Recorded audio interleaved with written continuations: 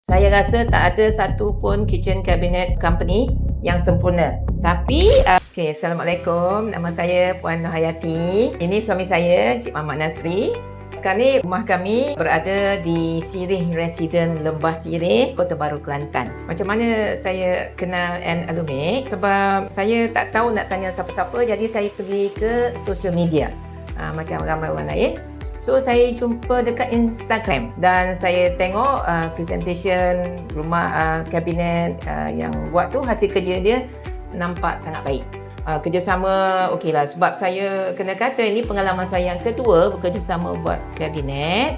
Sebelum ni saya buat kat rumah saya yang pertama. Saya rasa tak ada satu pun kitchen cabinet company yang sempurna. Tapi yang bagusnya Anne Alumik ni, sepanjang saya bekerjasama, dia orang sanggup mendengar semua permintaan saya dan mempertimbangkan dan bagi solution ataupun cadangan-cadangan jika apa yang saya ingin tu macam mungkin tak kena dengan design kabinet yang saya nak tu. Dan juga sanggup melayan lah. Sanggup melayan. Bila ada masalah, yang manalah projek yang tak ada masalah.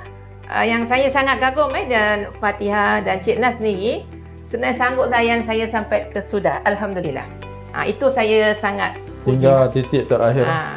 Saya memang recommend Anne Alumik untuk siapa-siapa yang hendak buat kabinet dapur. Macam saya buat kabinet dapur, kabinet wardrobe dan kabinet TV. Siapa-siapa yang berminat untuk buat kabinet ni boleh kunjung sendiri ke showroom Anne Alumik di Kota Baru, di Besut atau di Kuala Terengganu. Anne Alumik mantap dan terbaik.